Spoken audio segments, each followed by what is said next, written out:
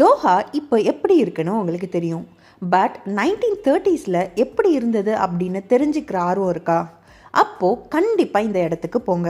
1930 Doha எப்படி இருந்ததோ அதே மாதிரி ஒரு மினியேச்சர் ரெடி பண்ணி வச்சுருக்காங்க. தோஹாவில் இருக்கிற ஒவ்வொரு ஏரியா, சூக் வகீஃப், நஜாடா, ருமைலா, அல்பிடா, அல்கனிம், அது மட்டும் இல்லை ஷேக் அப்துல்லா பின் ஜசிம் அல்தானி பேலஸ், அதுவுமே அங்கே வச்சுருக்காங்க. இந்த மினியேச்சர்ஸ்லாம் பார்க்கும்போது ரொம்ப க்யூட்டாகவும் அமேசிங்காகவும் இருந்தது.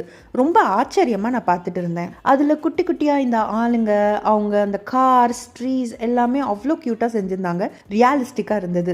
ஸோ அதை பார்க்குறப்ப எனக்கு இருந்த ஒரு ஃபீல் என்ன தெரியுமா? பக்கத்து வீட்டில் எட்டி பார்க்குற மாதிரியே ஒரு ஃபீலிங். ஏன்னா நம்ம மேலே இருந்து வியூ பண்ணுறோம்ல பில்டிங்கை. ஸோ அப்போது பக்கத்தில் என்ன நடக்குது, அந்த பில்டிங்கில் என்ன நடக்குதுன்னு ஈஸியாக பார்க்க முடியுதா? ஸோ எனக்கு அந்த தாட் வந்துச்சு. ஸோ இங்கே கத்தாரியோட ட்ரெடிஷ்னல் ஹவுசஸ், அதுக்கப்புறம் சூக், தோஸ், அதெல்லாம் பார்க்குறதுக்கு நல்லா இருந்தது. கண்டிப்பாக நான் இந்த பிளேஸை ரெக்கமெண்ட் பண்ணுவேன். நீங்கள் இது வரைக்கும் போகலை அப்படின்னா கண்டிப்பாக போயிட்டு வாங்க.